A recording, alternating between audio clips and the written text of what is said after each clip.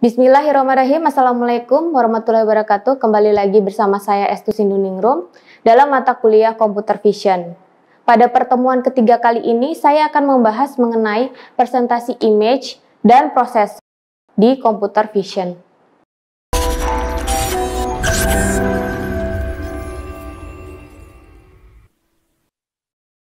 Representasi citra digital dan piksel penyusunnya.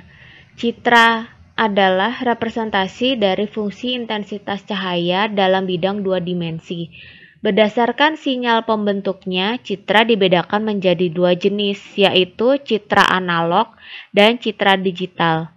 Citra analog merupakan citra yang terbentuk dari sinyal kontinu. Nilai intensitas cahaya pada citra analog memiliki range antara 0 sampai dengan tak berhingga. Alat akuisisi citra analog antara lain adalah mata manusia dan kamera analog. Sedangkan citra digital merupakan citra yang terbentuk dari sinyal diskrit. Nilai intensitas cahaya pada citra digital bergantung pada kedalaman bit yang menyusunnya. Alat akuisisi citra digital antara lain yaitu kamera digital, smartphone, webcam, scanner, mikroskop digital, pesawat radioskopik atau radiognostik seperti CT scan, CR, MRI, dan USG. Citra dan piksel penyusunnya. Citra digital merupakan representasi dari fungsi intensitas cahaya dalam bentuk diskrit pada bidang dua dimensi. Citra tersusun oleh sekumpulan piksel atau picture element yang memiliki koordinat X dan Y dan amplitudo f, X, Y. Koordinat X, Y menunjukkan letak atau posisi piksel dalam suatu citra. Sedangkan amplitudo f, X, Y menunjukkan nilai intensitas warna citra. Representasi piksel dengan kombinasi warna R, G, dan B. Setiap piksel pada citra RGB memiliki intensitas warna yang merupakan kombinasi dari tiga nilai intensitas pada kanal R, G, dan B.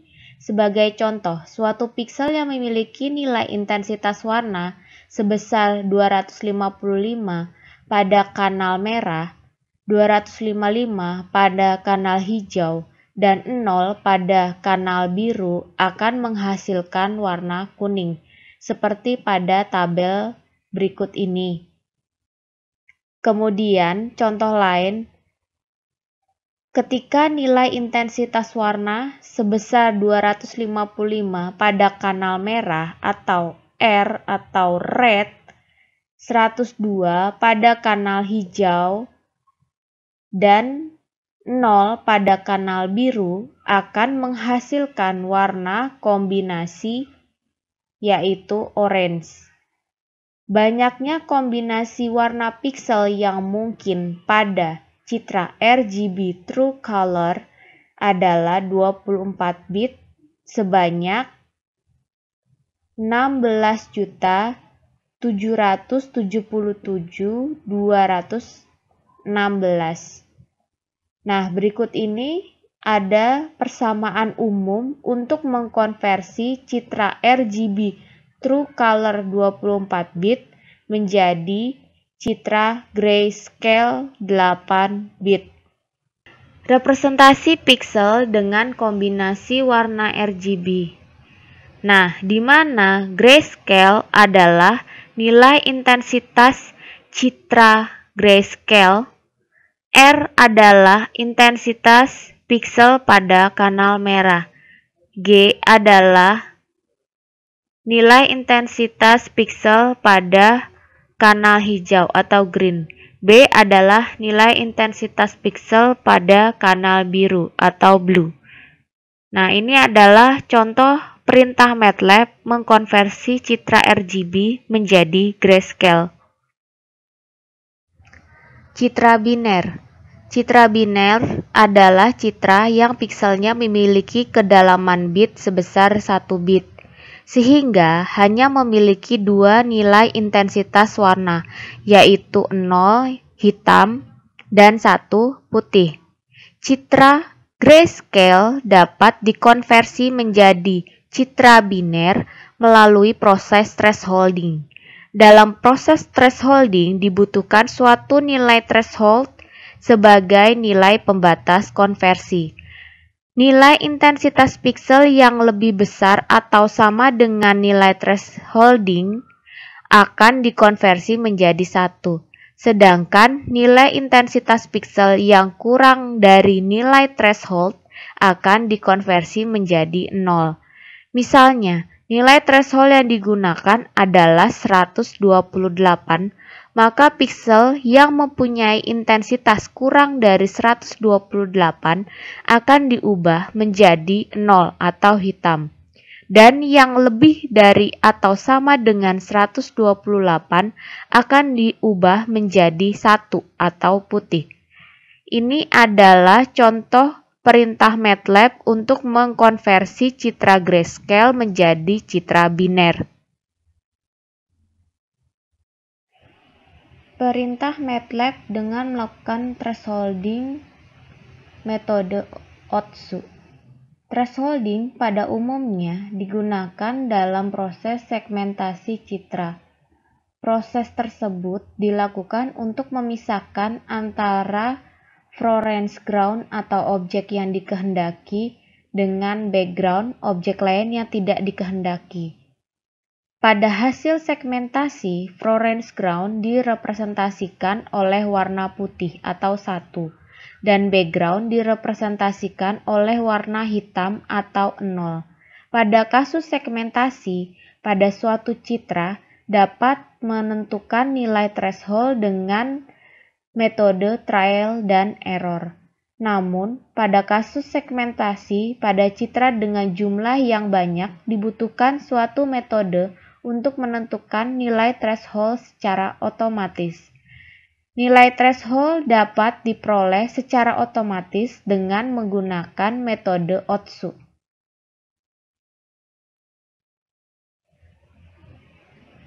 Computer vision. Berikut ini merupakan langkah-langkah yang umum dilakukan dalam merancang sebuah sistem computer vision atau pengolahan citra dan pengenalan pola. Penelitian penentuan threshold dengan menggunakan jaringan syaraf tiruan. Langkah-langkah yang benar yaitu: pertama, akuisisi citra. Kedua, perbaikan kualitas citra. Ketiga, segmentasi citra. Bisa menggunakan metode thresholding dan terlebih dahulu menentukan nilai threshold dengan analisis histogram bimodal atau dengan metode Otsu. Yang keempat, ekstraksi ciri atau tekstur GLCM. Yang kelima, identifikasi atau klasifikasi citra. Ini menggunakan jaringan syaraf tiruan. Pada computer vision, pengenalan pola atau pattern recognition merupakan tahapan yang dilakukan setelah pengolahan citra atau image processing. Proses computer vision. Akuisisi citra digital merupakan proses menangkap atau capture atau menindai atau scan citra analog sehingga diperoleh citra digital.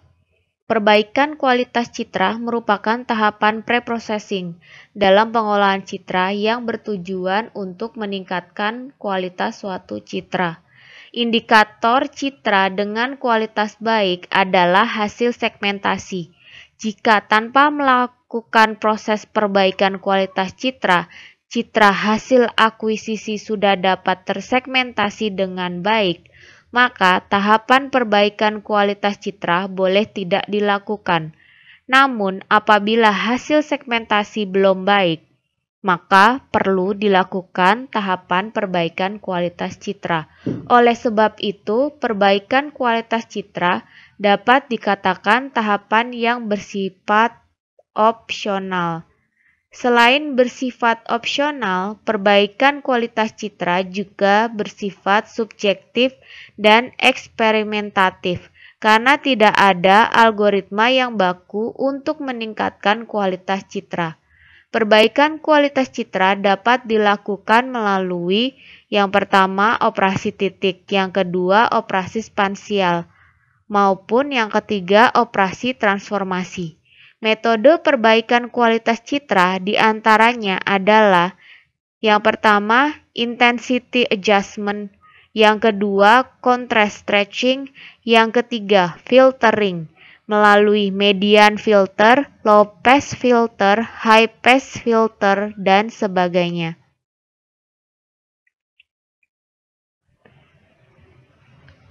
Tahapan selanjutnya yaitu segmentasi citra. Dalam proses ini dilakukan pemisahan antara objek yang dikehendaki atau foreground dengan objek lain yang tidak dikehendaki atau background.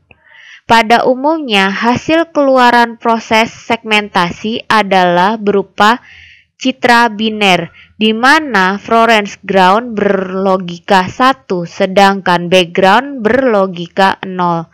Sama seperti perbaikan kualitas citra, segmentasi citra juga bersifat subjektif dan eksperimentatif karena tidak ada algoritma yang pasti untuk memisahkan antara foreground dengan background. Apabila seluruh objek dalam citra adalah objek yang dikehendaki, maka tidak perlu dilakukan proses segmentasi citra. Ada beberapa metode segmentasi citra, diantaranya adalah thresholding, multi-thresholding, effective counter, deteksi tepi, K-mean clustering, filter Gabor, Fujii C-mean clustering, dan yang lainnya. Proses yang selanjutnya adalah ekstraksi ciri atau feature extraction. Di sini dilakukan untuk mengenali objek dalam citra dibutuhkan parameter-parameter yang mencirikan objek tersebut. Ciri yang dapat digunakan untuk membedakan objek satu dengan objek lainnya.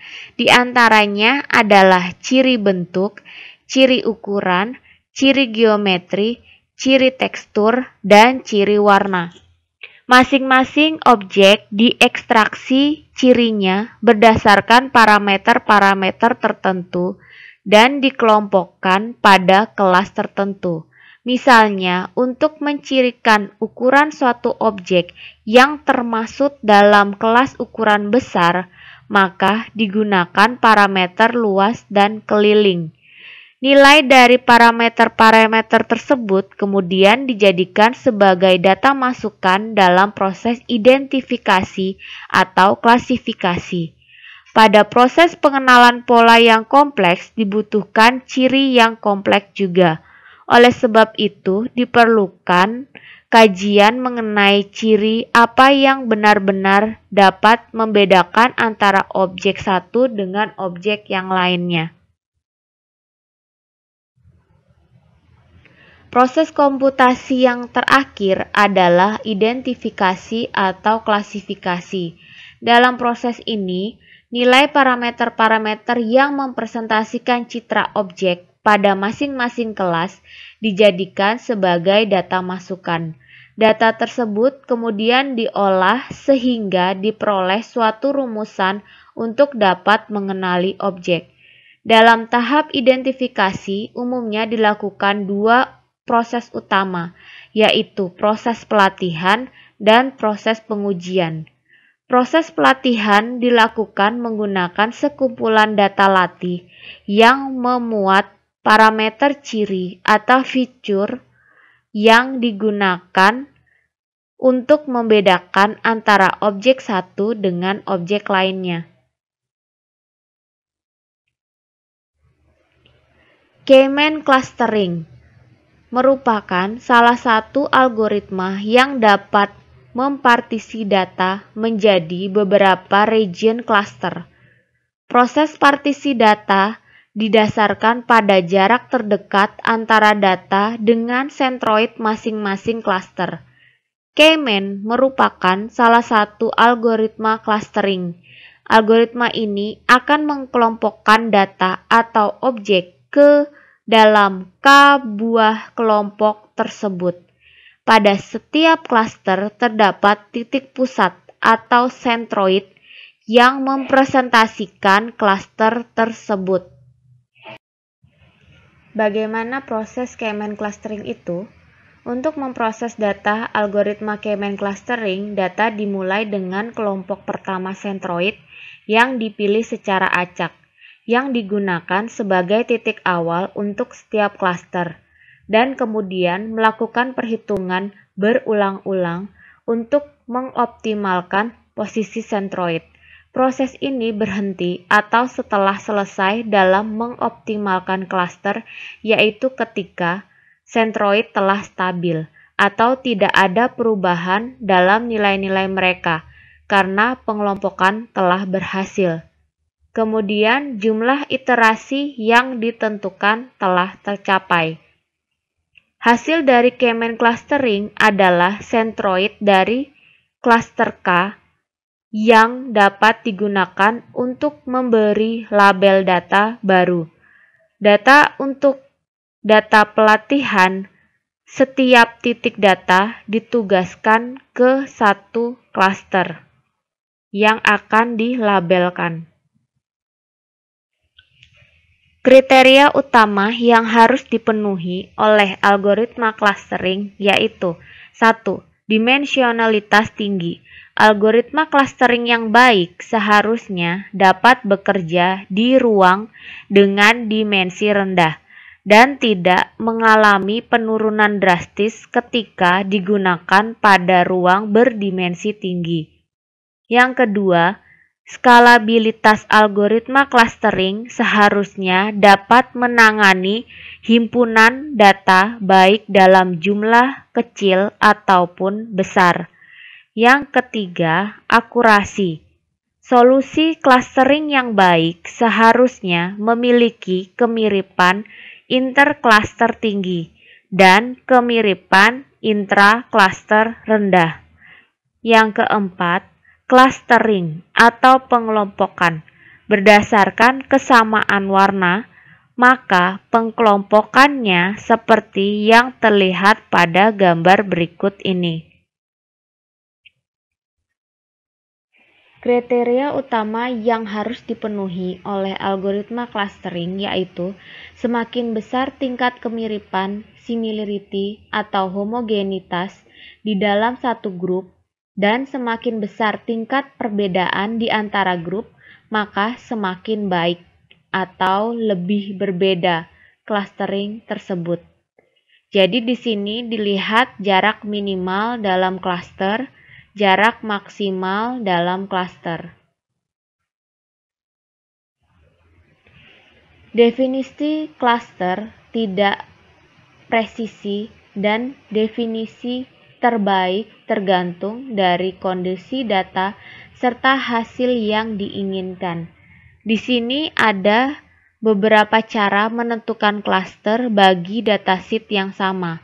Bisa 4 cluster atau 6 cluster. Tujuan analisis cluster yaitu agar objek-objek di dalam grup adalah mirip atau berhubungan satu dengan lainnya dan berbeda atau tidak berhubungan dengan objek dalam grup lainnya. Semakin besar tingkat kemiripan atau similarity di dalam satu grup dan semakin besar tingkat perbedaan di antara grup, maka semakin baik atau lebih berbeda clustering tersebut. K-means merupakan salah satu metode data clustering non-hierarki yang berusaha mempartisi data yang ada ke dalam satu atau lebih klaster atau kelompok. Data clustering merupakan salah satu metode data mining yang bersifat tanpa arahan. Ada dua jenis data clustering yang sering digunakan dalam proses pengelompokan data, yaitu hierarchical atau hierarki data clustering dan non-hierarchical atau non-hierarki dalam clustering. Kriteria utama yang harus dipenuhi oleh algoritma clustering yaitu clustering berdasarkan warna. Untuk clustering atau pengkelompokan berdasarkan kesamaan bentuk, maka pengkelompokannya dapat dilihat seperti gambar berikut.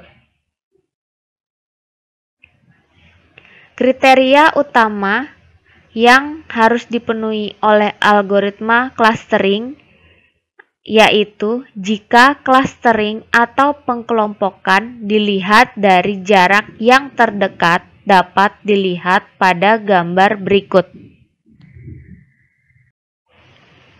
Jenis clustering ada 5.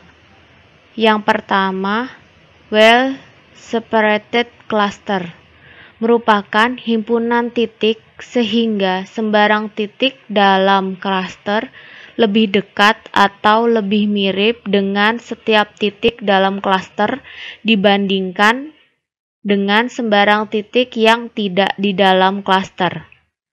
Yang kedua, prototype based atau center based cluster merupakan himpunan objek sehingga sebuah objek dalam klaster lebih dekat atau lebih mirip dengan pusat klaster daripada dengan pusat klaster lainnya. Yang sering dijadikan pusat klaster adalah centroid dan medoid. Centroid adalah rataan suatu titik dalam 55 klaster, sedangkan medoid adalah titik yang paling memiliki klaster. Yang ketiga, graph based. Jika data dipresentasikan sebagai graph, di mana objek menjadi node dan link menyatakan koneksi di antara objek, maka klaster dapat didefinisikan sebagai connecting component, yaitu grup objek yang terkoneksi satu sama lain, tetapi tidak memiliki koneksi dengan objek di luar grup. Contoh penting dari graph based cluster adalah continuity based cluster, di mana dua objek terkoneksi hanya jika keduanya berada dalam jarak tertentu satu sama lain. Yang keempat, density based. Sebuah klaster adalah wilayah yang padat, objek dikelilingi oleh wilayah dengan kepadatan rendah. Klaster tipe ini berguna untuk membentuk klaster dengan bentuk tak teratur atau irregular, atau terpilih atau intertwined. Dan juga jika terdapat noise dan outlier. Yang kelima, spare property atau conceptual cluster. Di sini mencari klaster dengan beberapa sifat yang sama atau menyatakan konsep tertentu. Gambar berikut merupakan klaster yang mempunyai sifat lingkaran. Proses utama K-prototype ada 3, yaitu 1. Inisialisasi awal atau prototype.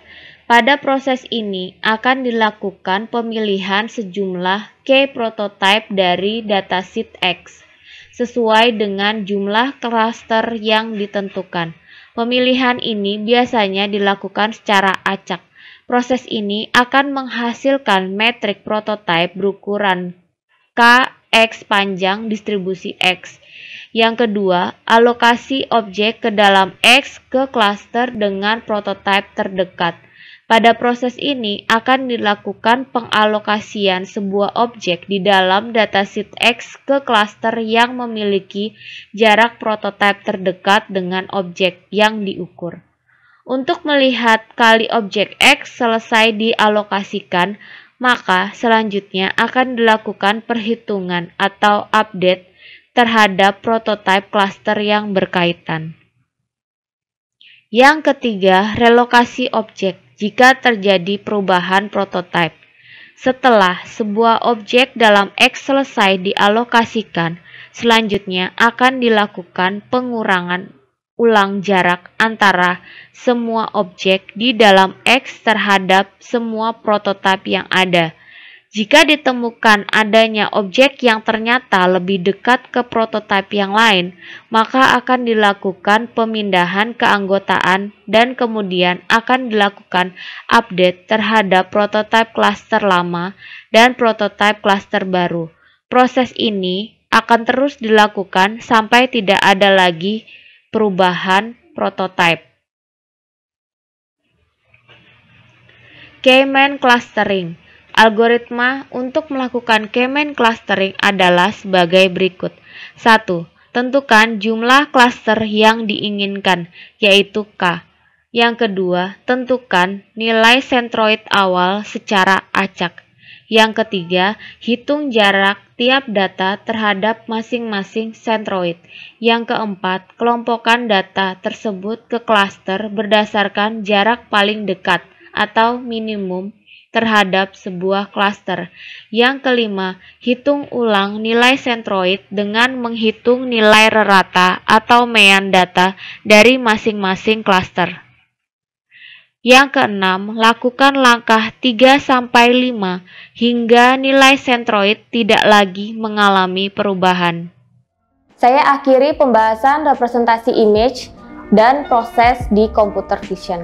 Next, saya akan membahas mengenai metode segmentasi part 1. Terima kasih. Wassalamualaikum warahmatullahi wabarakatuh.